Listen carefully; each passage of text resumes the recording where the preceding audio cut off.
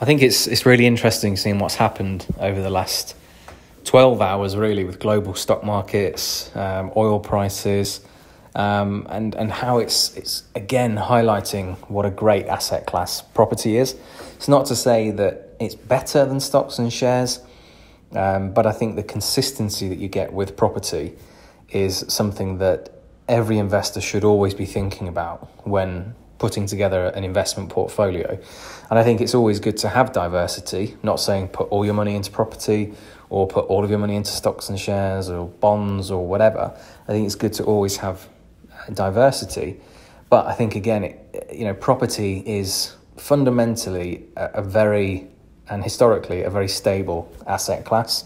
And I think the last 3.5 years since the Brexit announcement really goes to show and highlights that the UK property market is one of the strongest property markets in the world.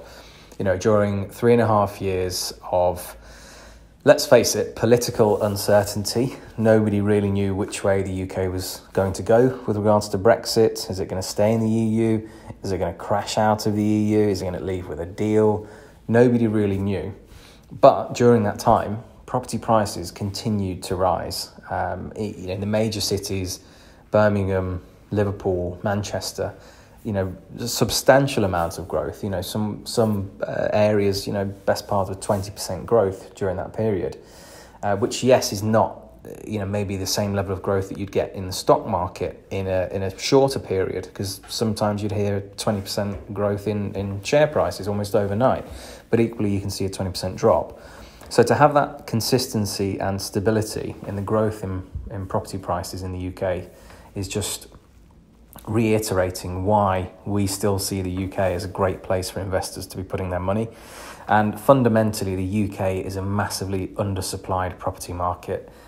However which way people look at it, there is not enough properties in the UK. That's why prices keep rising. That's why rents keep rising.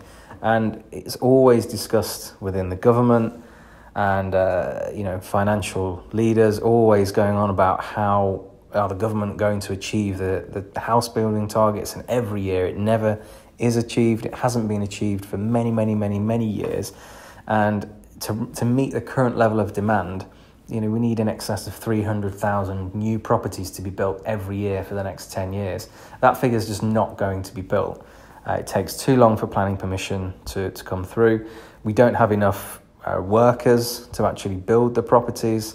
And, the weather in the UK is also a factor. That slows down developments. People, forget about that. So I think, again, for any investor looking, especially a first-time investor looking to where to put their money, it's not to say that they should go with property over stocks and shares, but I think the past few days has just highlighted why, again, property is a strong and safe asset class, and why they should be strongly considering it as a good first place for investment.